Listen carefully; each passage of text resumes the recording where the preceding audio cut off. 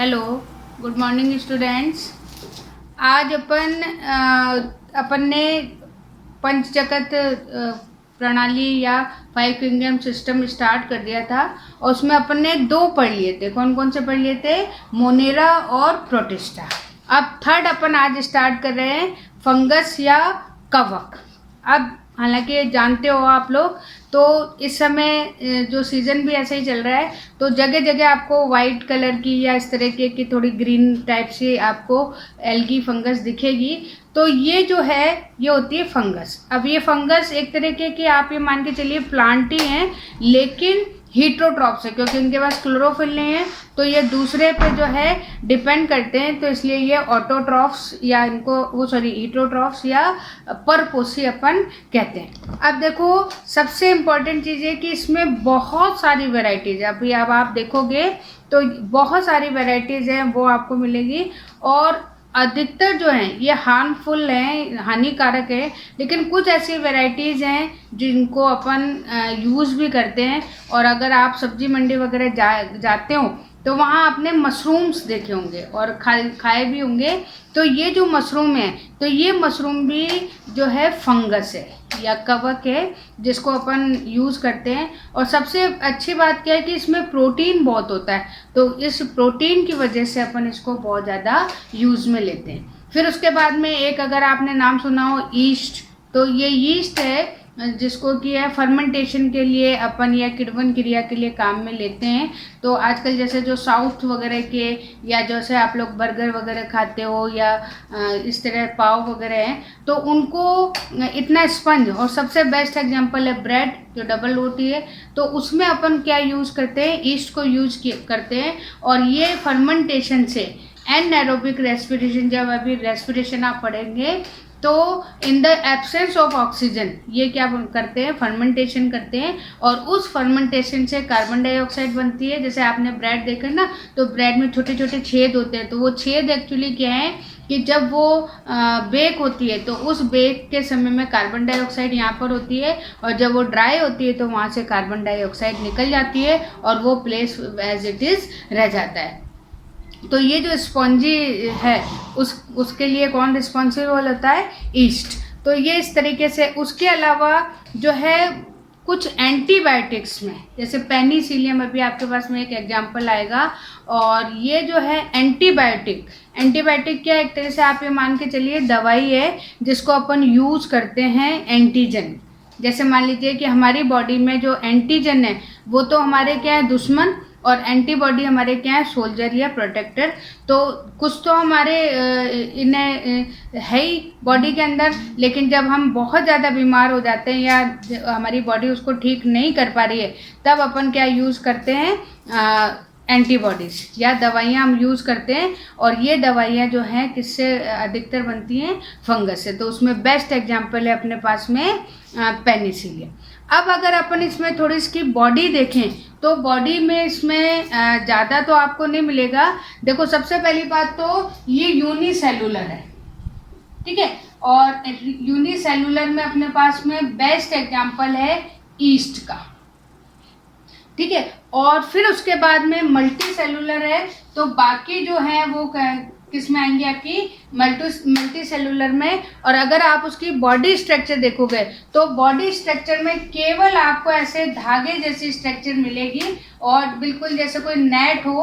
और इस धागे जैसी स्ट्रक्चर इसे हम बोलते हैं माइसीलियम, या आप इसको कवक तंतु कहते हो। तो इसकी बॉडी कोई ऐसी स्पेशल नहीं है। फिर अगर अपन थोड़ी सी और अच्छी बॉडी देखें, तो आप जो है मशरूम की देख लो, तो मशरूम में आपको थोड़ी सी और एडवांस मिल जाएगी। तो इस तरीके की इसमें जो है आपको बॉडी मिलेगी। ऐसे प्लांट की तरह नहीं कि लीफ भी दिख रहा है, स्टेम भी दिख रहा है, रूट भी दिख रहा है, ऐसे नहीं, कुछ अलग अलग तरीके की रहेगी। फिर उसके बाद में अगर अपन देखें, तो अपने पास में न्यूट्रिशन के अकॉर्डिंग ये जो है अधिकतर आपको कैसे मिलेंगे? मृतजीवी, सेप्रोफाइट्स, यानी कि जो डेड मटेरियल से अपना न्यूट्रिशन लेते हैं, तो वो कहलाते हैं आपके मृतजीवी या सेप्रोफाइट। अब जैसे मशरूम है, जैसे गांव वगैरह, अपने जयपुर में तो नहीं, लेकिन अगर आप गांव में जाते हो तो वहाँ पे आपको ब्लैक कलर की मिलती है। और वो जो सा आप बोलते हो सांप की छतरी, सांप की छतरी, तो वही क्या होता है, मशरूम होता है, लेकिन वो एडिबल नहीं होता है, खाने वाला नहीं होता है, वो जहरीला होता है। तो ये नहीं कि मैडम ने कहा था कि मशरूम बहुत अच्छा होता है, प्रोटीन होता है और आप खा लो, ठीक है। तो वो ब्लैक होता है जो कि अपने खाने वाला नहीं होता है, ठीक है। तो इसमें भी काफ़ी वेराइटीज़ हैं। तो जो मशरूम अपने को बाज़ार में मिलता है वाइट कलर का, वही खाने लायक होता है। फिर उसके बाद में कुछ जो मशरूम्स हैं वो परजीवी भी होते हैं। मृतजीवी और परजीवी में एक डिफरेंस होता है कि जो मृतजीवी हैं वो डेड मटेरियल से, मृत पदार्थों से न्यूट्रिशन लेते हैं, जबकि परजीवी हैं वो लिविंग से। जैसे मान लीजिए कभी फंगल डिजीज़ हो जाती है या इस तरह की पौधों में भी होती है, तो एनिमल और प्लांट्स हैं उन पे अगर कोई है तो उसे अपन क्या बोलते हैं, परजीवी। तो जब अगर जीवित या लिविंग से अगर न्यूट्रिशन ले रहे हैं तो वो क्या है, परजीवी। फिर इसमें एक बहुत अच्छा एग्जाम्पल है, वो है सहजीवी का या सिम्बायोसिस। अब सिम्बायोसिस क्या होता है कि एक एग्जाम्पल है लाइकेन, यह भी आपके आगे भी आएगा, इसको अलग से मैं थोड़ा सा पढ़ाऊंगी। तो ये जो लाइकेन है, लाइकेन क्या है, combination of fungus and alga, कि दोनों मिलके जो है काम कर रहे हैं। और सहजीवन या सिम्बायोसिस में क्या होता है कि ऐसा कॉम्बिनेशन जिसमें दो अलग अलग डिफरेंट टाइप के ऑर्गेनिज्म हों और वो एक दूसरे की हेल्प करें, ठीक है। अब यहाँ पे हेल्प क्या होगी कि जो फंगस है उसके पास में 5 स्टार फैसिलिटी है रहने की, यानी कि उसका जो माइसीलियम है वो माइसीलियम हैबिटेट देता है किसको, एल्गी को। और उसके जो बॉक्स है या उसके जो एरिया है उसमें क्या रहती है, एल्गी रहती है। तो फंगस का काम क्या होगा, एक तो एल्गी को हैबिटेट देना, उसके साथ इसकी एब्जॉर्प्शन पावर यानी अवशोषण क्षमता अच्छी होती है। तो ये पानी को, मिनरल को एब्जॉर्ब करता है और एल्गी को देता है। और एल्गी इसके बदले में क्या देती है उसको, फूड, क्योंकि उसके पास में क्लोरोफिल है, तो वो क्लोरोफिल से जो है फोटोसिंथेसिस करके उसको न्यूट्रिशन देती है। तो ये कॉम्बिनेशन क्या कहलाता है, सिम्बायोसिस या सहजीवी। तो ये एक एग्जाम्पल और हो गया अपने पास में।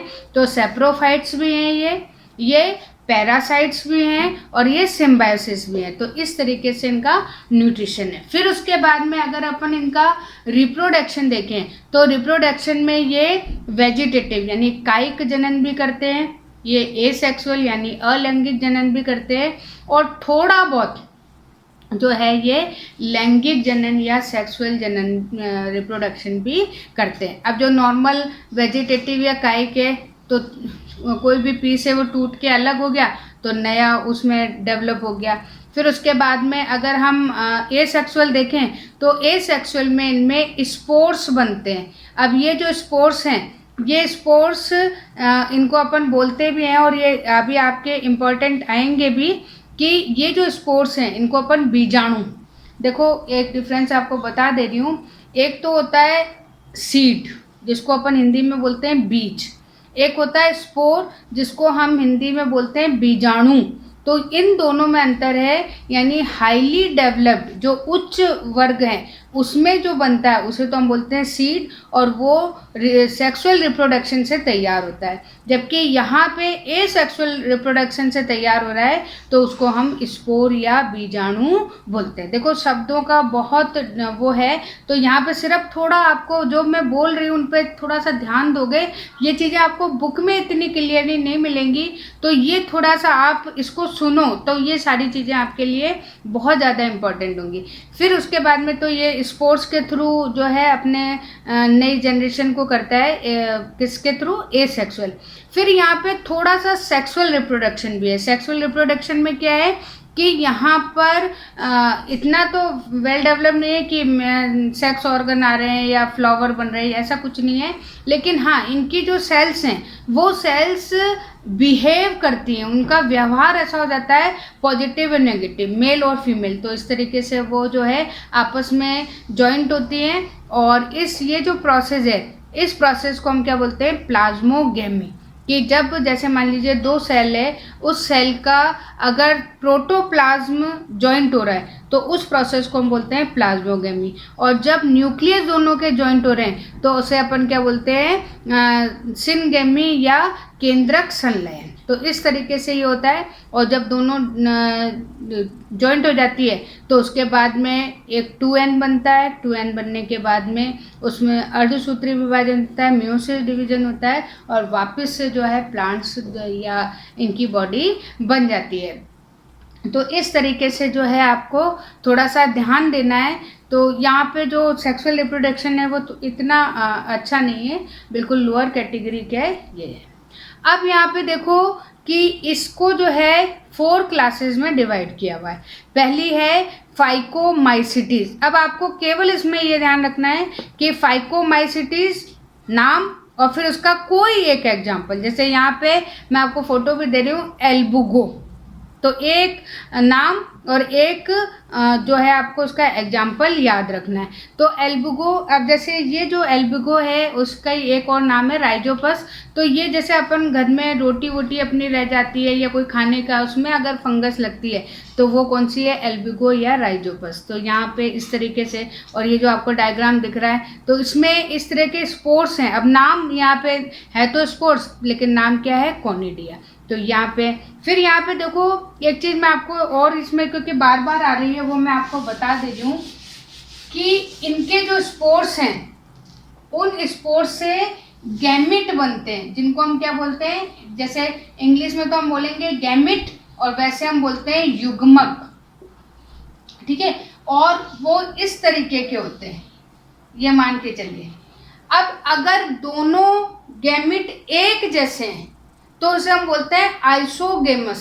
यानी जब सेक्सुअल रिप्रोडक्शन हो रहा है और दोनों के दोनों बिल्कुल एक जैसे हैं और ये दोनों प्लस हो रहे हैं, ठीक है, क्योंकि ये भी n है, ये भी n है, और फिर जाके जाइगोट बनेगा 2n।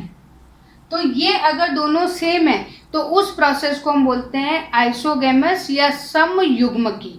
लेकिन अगर इसकी शेप या इसका नेचर थोड़ा अलग हो गया तो उसे हम क्या बोलते हैं, ऊगेमस या विषम युग्मकी। तो ये बार बार चीज़ें आ रही हैं, इसलिए आपको ध्यान रखना है कि सेक्सुअल रिप्रोडक्शन में अगर दोनों गैमेट एक जैसे बन रहे हैं तो आइसोगेमी, और अगर अलग अलग उनका फ्यूजन हो रहा है तो उसको हम ऊगेमस या विषम युग्मकी कहते हैं।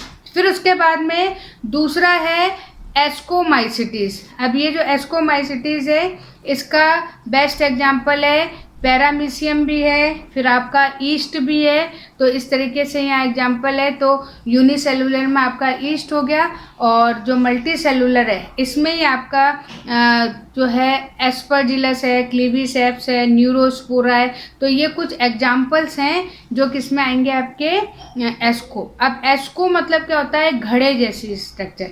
तो यहाँ पे जो स्पोर्स हैं वो स्पोर्स ऐसे घड़े जैसी स्ट्रक्चर में चेंज होंगे या बनेंगे, इसलिए इस का क्या नाम रखा गया है, एस्कोस्पोर। तो ये आपको ध्यान रखना है। फिर उसके बाद में बेसिडियोमाइसिटीज, इसका जो एग्जाम्पल है, ये जो इसके जितने भी एग्जाम्पल हैं वो सारे के सारे ये मान के चलिए कि प्लांट्स पे बहुत ज़्यादा इन्फेक्शन करते हैं, स्पेशली गेहूँ का जो यहाँ एग्जाम्पल दे रखा है आपका पक्सीनिया। तो ये जो पक्सीनिया है, ये पक्सीनिया वीट पर रस्ट और स्मट डिजीज़ करता है। और उसके बाद में एक एग्जांपल यहाँ पे मशरूम, जो अभी मैंने आपको बताया था, और मशरूम का साइंटिफिक नाम है एगेरिकस। तो ये आपको ध्यान रखना है। तो यहाँ पर जो इसके स्पोर्स हैं वो स्पोर्स होते हैं बेसिडियम, इस तरीके का स्पोर होता है। और इस स्पोर में एक सेल के अंदर 2 न्यूक्लियस होते हैं, ये ध्यान रखना है आपको। तो ये बेसिडियो या इसका जो नाम है वो बेसिडियो स्पोर है, और इस फैमिली का या इस क्लास का नाम क्या है, बेसिडियोमाइसिटीज। फिर फोर्थ है इसमें ड्यूटेरोमाइसिटीज, और इसमें एग्जाम्पल है आपका ऑल्टरनेरिया, ठीक है। अब ऑल्टरनेरिया जैसे अभी आपने बेसिडियो में मशरूम देखा था तो यूजफुल है, ऐसे यहाँ पे एक नाम और आता है आपका ट्राइकोडर्मा। ट्राइकोडर्मा जो है आजकल बहुत ज़्यादा यूज़ में लिया जा रहा है, कहाँ पर, फर्टिलाइज़र में जो है। तो ये इसमें है। अब यहाँ पे जो ड्यूटेरोमाइसिटीज़ है, ये ड्यूटेरोमाइसिटीज़ में आपको एस्कोमाइसिटीज़ और बेसिडियोमाइसिटिस, इन दोनों के कैरेक्टर यहाँ पर मिक्स होते हैं, एक जैसे दिखाई देते हैं। और इसका बेस्ट एग्जांपल है अपने पास अल्टरनेरिया।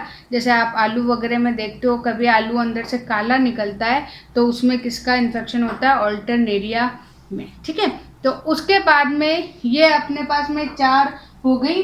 इनका एक एक एग्जाम्पल मैं आपको फोटो भी इसका भेज रही हूँ, क्योंकि रेफरेंस बुक में बहुत ज़्यादा दे रखा है लेकिन एनसीईआरटी में ऐसा कुछ नहीं दे रखा है। तो एक एक एग्जाम्पल और एक एक कैरेक्टर आपको इसमें तैयार करना है। उसके बाद में देखो 4th अपने पास है प्लांटी और फिर है एनिमिलिया। ये मैं अभी आपको यहाँ डिस्कस नहीं कराऊंगी क्योंकि ये इसके लिए एक नया चैप्टर आपके पास में आएगा। फिर उसके बाद में एक लास्ट टॉपिक इसमें बन रहा है वायरस है, विरोइड है और लाइकेन है। तो वायरस जो है वो भी चैप्टर में आपके आगे बहुत डिटेल में है।